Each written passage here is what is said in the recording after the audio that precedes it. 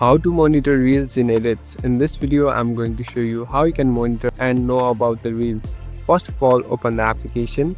Now here you must first post reels or videos from your Instagram ID in order to know it. But how can you see it? Here on the right bottom you can see this plus icon. Simply tap on this icon.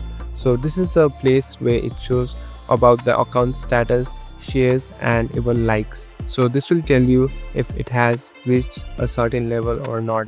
Here on the bottom you can even see the graph that is available.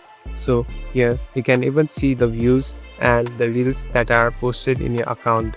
So it makes it more easier and efficient while managing the videos and reels in the Instagram post. Thank you for watching this video. I hope this video will help you.